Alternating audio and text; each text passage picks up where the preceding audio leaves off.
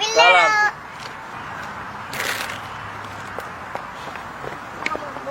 انت ايش عم تسوي هون؟ عم ببيع مي ومحارم واكلات.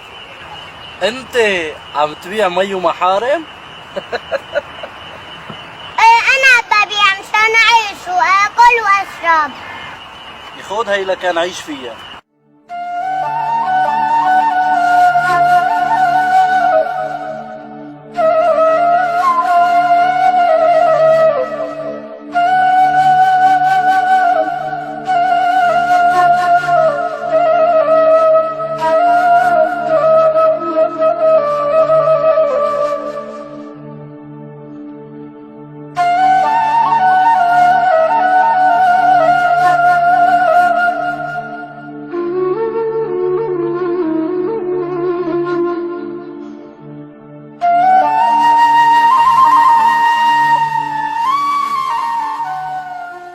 طز فيك وفي نصراتك.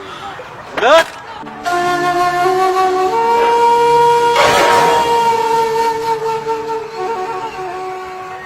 اسمع عمو وخلي كل العالم تسمع. انا سوري ابن سورية، انا ابن العز والكرم. اجدادي وابائي كلهم سوريين. عشنا بكرامة، ما منموت الا بكرامة، بس الحرب خانتنا. ومع ذلك اهلنا علمونا ما ننزل الا لربنا، والحمد لله نحن بصحة وعافية.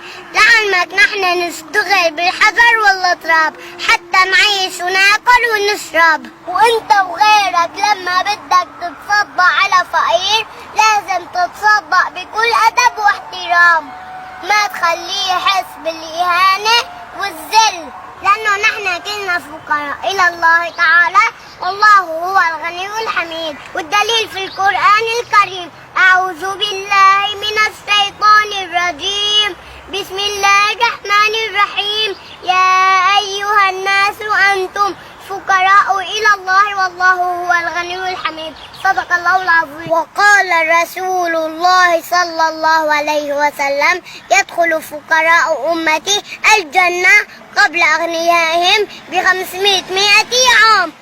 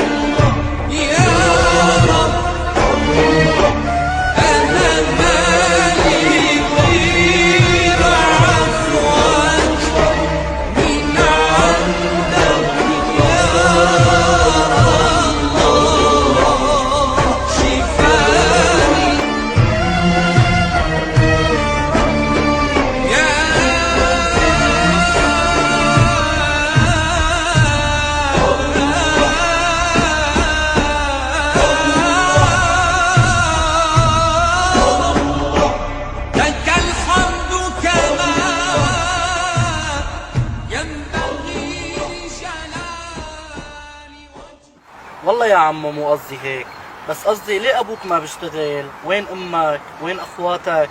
ليش تاركينك هيك لحالك؟ ماتوا كلهم بالحرب بسوريا.